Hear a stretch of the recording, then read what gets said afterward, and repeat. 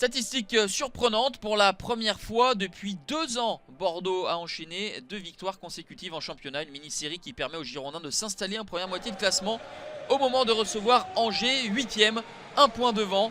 Vainqueur de Lorient 2-1, puis de Nice à l'Allianz Riviera 3-0. Les hommes de Jean-Louis Gasset espèrent étendre cette spirale vertueuse.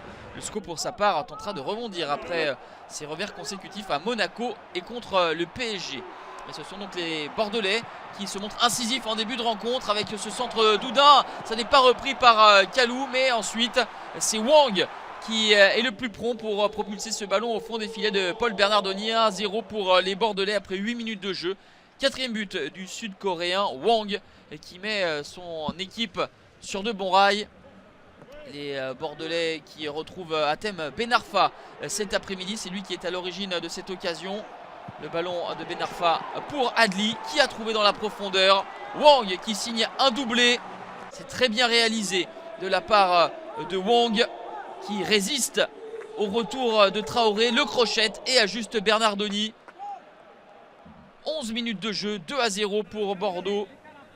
5e but pour Wang, lui qui en a inscrit 6 la saison dernière. Réaction des Angevins à la 39e minute avec ce superbe coup franc d'Angelo Fulgini qui ne laisse aucune chance à Benoît Costil. 4e but pour Angelo Fulgini qui égale son meilleur total en Ligue 1 Uber Eats. Et si les Angevins ont été sérieusement bousculés en première période, cette réduction de l'écart de Fulgini a le mérite de les remettre dans la partie. Et il y a eu une balle de 2-2 au bout du pied de Stéphane Baoken. Mais belle intervention de Costil. Baoken n'a marqué aucun but ni délivré aucune passe décisive lors des 7 derniers matchs. Le meilleur buteur du SCO est en difficulté ces derniers temps. 2-1 à la pause pour les Girondins qui ont rapidement trouvé la faille dans cette défense angevine qui n'a réalisé aucun clean sheet sur les 6 derniers matchs. Les hommes de Stéphane Moulin vont pousser en deuxième période pour essayer d'égaliser avec ce ballon et le poteau trouvé par Stéphane Baoken. Décidément, la réussite fuit l'attaquant camerounais. Et au contraire de la réussite pour Benoît Costil qui, lui, semblait bel et bien battu sur cette frappe puissante à bout portant. Angers qui insiste avec Sada Thioub qui frappe en force.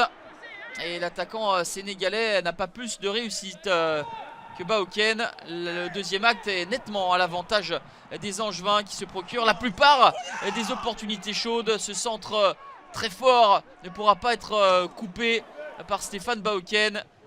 Décidément en déveine. Alors sur le contenu, il y a 2 choses intéressantes pour les hommes de Stéphane Moulin, mais au niveau de la réussite, évidemment, le compte n'y est pas.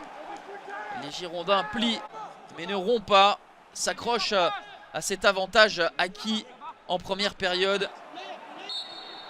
On va rester là. 2-1, Bordeaux surfe sur sa bonne spirale et enchaîne une 3e victoire consécutive. Les Girondins sont 7e, leur meilleur classement depuis le début de la saison. Angers pour sa part est battu pour la 3e fois consécutive et glisse à la 10e place.